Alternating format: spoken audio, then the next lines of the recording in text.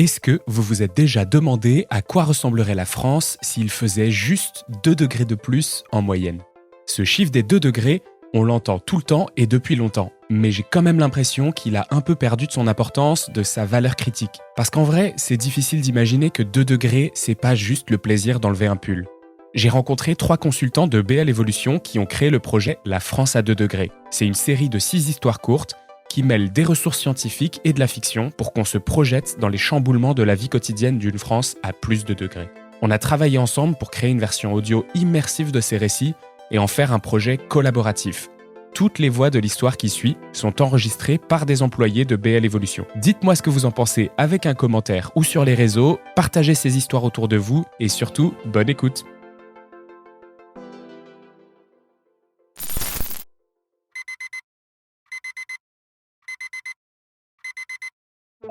Alerte canicule exceptionnelle à Paris.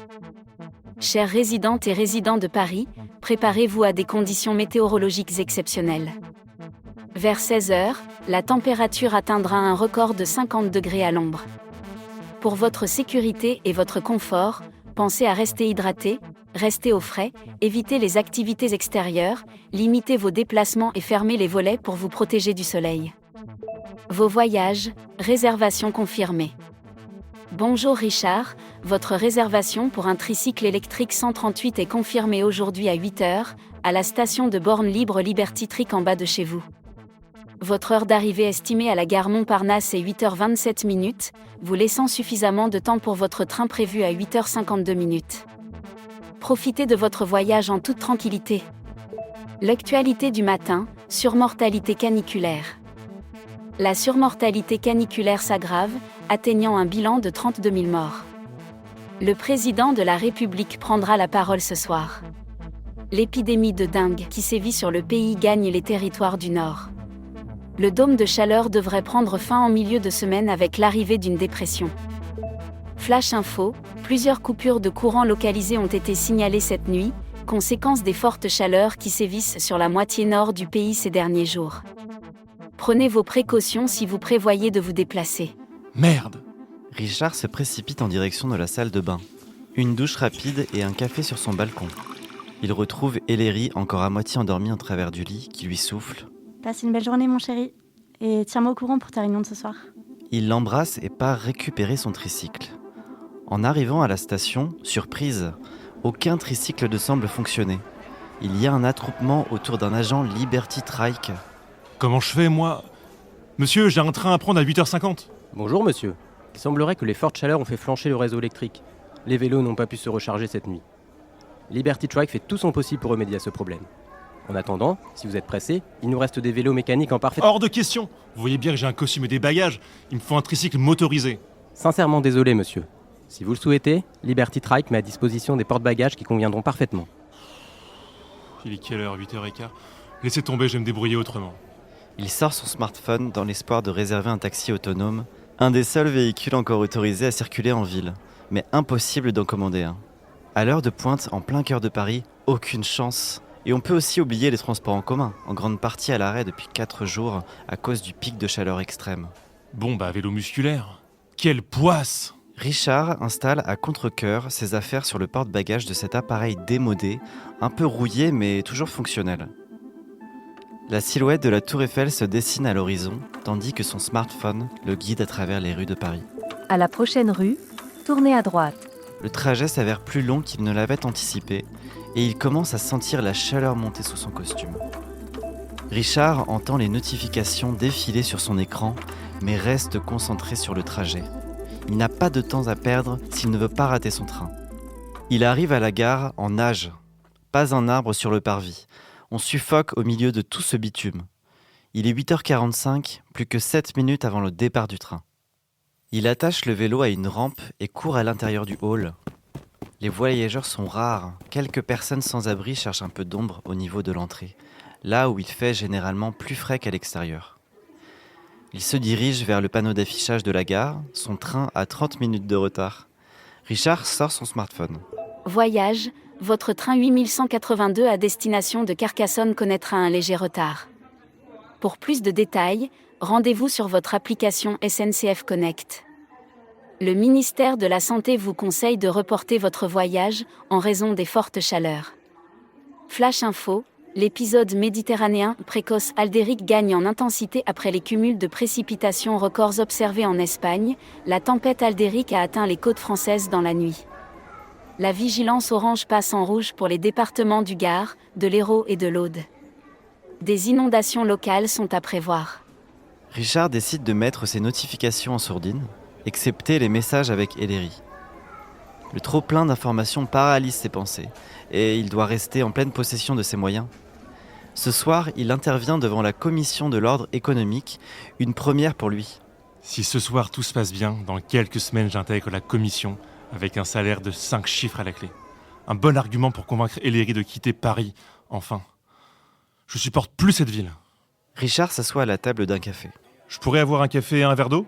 Un café et un verre d'eau, tout de suite. Richard profite de ce moment de répit pour envoyer un message à Ellery et lui partager ses nouvelles mésaventures. J'en ai marre, le train a 30 minutes de retard. Oh non, j'espère que ça va aller. Ils exagèrent vu le prix qu'on paye. Il patiente encore un peu avant de se remettre en mouvement, mais en arrivant sur le quai, il réalise que son train est encore retardé, sans plus de précision. Il aperçoit un agent et l'accoste. Bonjour monsieur, nous rencontrons de gros problèmes sur la ligne Paris-Bordeaux, va falloir patienter, mais il y a de grandes chances qu'on vous fasse prendre une autre ligne. Vous allez où exactement ? À Carcassonne. Quel problème ? Comment ça, une autre ligne ? C'est n'importe quoi. Alors en raison des températures exceptionnellement élevées, on a certains tronçons qui pourraient subir des déformations. Alors par sécurité, on est obligé de suspendre certaines lignes et d'autres fonctionnent à vitesse réduite. On regrette sincèrement cette situation. Pouvez-vous me fournir votre numéro de billet, s'il vous plaît ? Tenez, regardez sur mon téléphone. Merci. Bon, l'application elle met du temps à s'ouvrir. Ah voilà. Alors, sincèrement, l'attente elle pourrait durer plusieurs heures, mais vous êtes en business première, donc on peut vous faire passer par Narbonne. Il y a un train à 9h40 avec un changement à Lyon-Pardieu, puis le Lyon-Narbonne de 12h55 qui arrive à 16h. Et puis après, Narbonne-Carcassonne, arrivé à destination prévue pour 17h. 17h ? Je devais y arriver à midi initialement. Non, je préfère attendre que mon train reparte. Alors monsieur, le train que vous deviez prendre risque d'être supprimé, donc je vous conseille vivement de prendre le Paris-Lyon-Narbonne-Carcassonne, c'est la meilleure option. Vous n'avez pas besoin de changer de billet, pas besoin d'en reprendre un, et puis bien sûr, votre billet vous sera remboursé. J'espère bien. Alors, petit détail en revanche, il part de Gare de Lyon. Quoi ? Dégoûté par ce qu'il vient d'entendre, Richard ne sait pas quoi faire. Il regarde les billets d'avion hors de prix. Les vols internes n'ont jamais été interdits, mais les billets sont désormais surtaxés afin de subventionner le transport ferroviaire. D'ailleurs, on dirait que bon nombre de vols Paris-Toulouse sont annulés ou retardés à cause de la tempête qui remonte sur le sud. Ok, va pour la navette bus qui va à Gare de Lyon. Alors la navette, vous sortez de la gare et c'est directement sur votre gauche. Merci. Mal lui en a pris. Comme toujours, pendant les pics de chaleur, le conducteur du bus coupe la clim pour économiser la batterie. C'est pire qu'en plein soleil. Heureusement, on a interdit aux personnes fragiles de se déplacer en journée. Il ne manquerait plus qu'un passager fasse un malaise et que le bus soit obligé de s'arrêter. Et dire que si j'avais repris le vélo, j'aurais pu prendre l'air et profiter du réseau express vélo qui passe par les boulevards Arago, Saint-Marcel et le pont d'Austerlitz. Est-ce le manque d'habitude ou le stress du départ ? Il n'a pas pensé au vélo. La navette finit par s'arrêter sous l'imposante horloge de la gare de Lyon. Contrairement à Montparnasse, ce quartier est plutôt agréable. Les parasols géants ne sont pas très esthétiques, mais grâce à eux, la place garde un peu de fraîcheur, même en été. D'habitude, Richard essaye d'éviter d'être aspergé par les enfants qui jouent dans les fontaines, mais aujourd'hui, les éclaboussures sont bienvenues. Il repère le quai d'où part son train et grimpe dans le premier wagon avec 10 minutes d'avance. Une contrôleuse lui indique un siège libre dans lequel il s'écroule avant de s'endormir, épuisé. Bonjour monsieur, contrôle des billets s'il vous plaît. Monsieur, est-ce que vous désirez une bouteille d'eau ? Oui, volontiers, merci. Richard ouvre la petite gourde en carton et boit quelques gorgées avant de se plonger dans ses mails. Il est environ 11h. Il lui reste encore une vingtaine de minutes de trajet. Mais tout à coup, le train s'arrête et les haut-parleurs du train retentissent. Madame, monsieur, en raison d'un problème lié aux températures élevées, nous sommes contraints de rester à l'arrêt quelques instants. Nous vous prions de bien vouloir rester à bord du train. Nous nous excusons pour tout inconvénient occasionné. C'en est trop pour Richard. L'exaspération monte et il commence à avoir chaud. La climatisation du wagon semble également s'être arrêtée. Son siège commence à être moite. Il consulte fébrilement les informations de trafic sur son téléphone, mais elles ne fournissent aucune explication supplémentaire. La minute semble s'étirer en heures et la sueur commence à perler sur son front. Il regarde frénétiquement sa montre. Il ne manquerait plus qu'il rate sa correspondance. Il persiste à actualiser les informations de trafic sur son trajet, mais en vain. Les passagers autour de lui paraissent tout aussi mal à l'aise, certains éventent désespérément leur visage. Les vitres du wagon sont devenues brûlantes au toucher, l'air stagnant commence à être étouffant. Avec les passagers, il décide de descendre tous les pare-soleils. Madame, monsieur, nous sommes sincèrement désolés pour la gêne occasionnée, mais en raison de fortes chaleurs, nous sommes dans l'obligation de patienter. Des bouteilles d'eau supplémentaires et des encas sont à votre disposition au wagon-bar du train. En cas d'urgence, vous pouvez appeler l'un de nos contrôleurs via l'onglet « Service à bord » de notre application mobile. Tiens, c'est Hélène qui m'envoie un article. Je viens de lire ça. Un problème de caténaire sur la ligne Bordeaux-Paris. C'est la pagaille Montparnasse. Tous les trains sont annulés. M'en parle pas. Mais finalement, j'ai changé d'itinéraire. Je passe par Lyon, ça ralentit aussi. Surtout, qu'est-ce qui fait chaud quand on n'a pas la clim? T'es pas en business? Non, je suis monté dans le premier wagon, le train est plein et les sièges sont même pas réservables. Si tu me voyais, je dégouline. Erk, ça ira. Richard commence à lire l'article, alors que le soleil bruyant cogne impitoyablement contre les vitres du train, transformant l'intérieur en un véritable sauna, malgré le vitrage anti-chaleur et les pare-soleil. Certains passagers s'essuient frénétiquement le visage avec des mouchoirs imbibés de sueur, tandis que d'autres tentent désespérément de s'aérer avec des éventails de fortune, comme des journaux ou des magazines. Ils regardent l'heure à nouveau, 12h10. La situation devient de plus en plus difficile à supporter.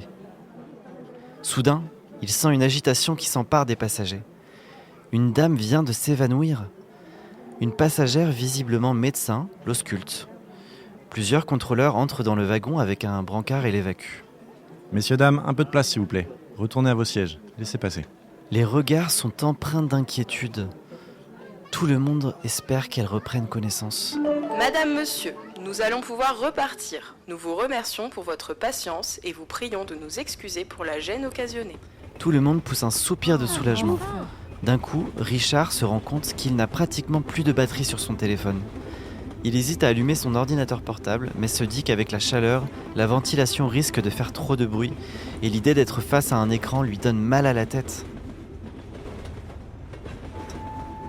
Le train ralentit puis s'arrête. Sur le quai, le panneau affiche « Gare de Montpellier ». Le ciel est noir. Enfin, noir, c'est une façon de parler.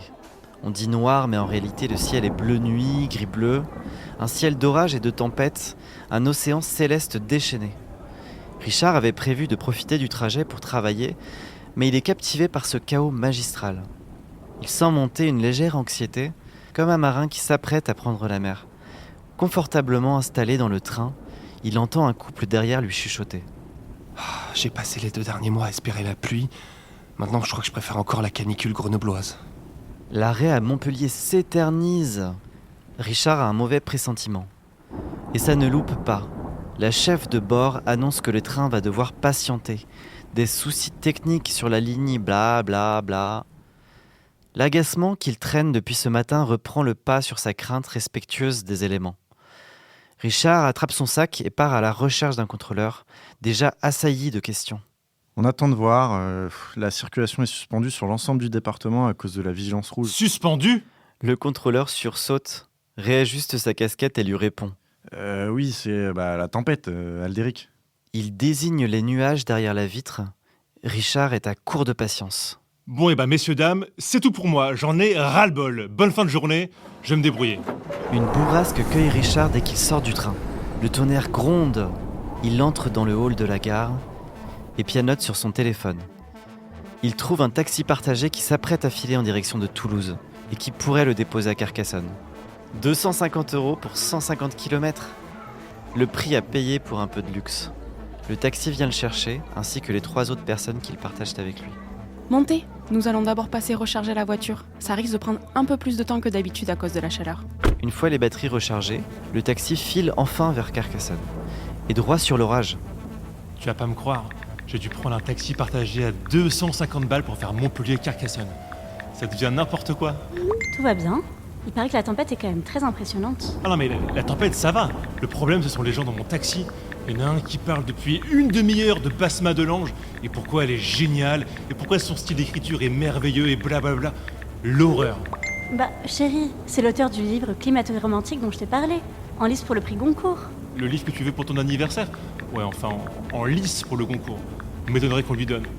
Bref, je te tiens en jus.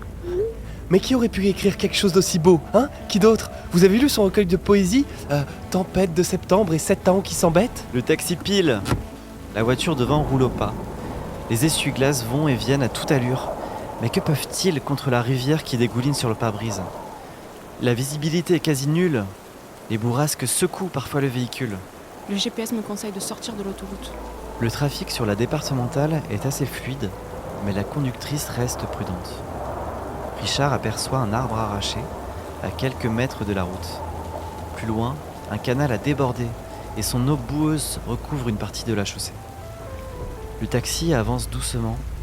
Après une demi-heure de déluge apocalyptique, la pluie se calme enfin. La visibilité s'améliore. Il passe près de rivières et fleuves en crue qui charrient branches, troncs et débris de toutes sortes. Oh, une voiture! Un toit émerge du canal qui longe la route. Mais d'où vient-elle? On ne voit pas de secours. Elle est certainement vide, emportée depuis un parking, quelque part en amont. Richard cherche l'heure sur son smartphone, mais il s'est éteint à court de batterie.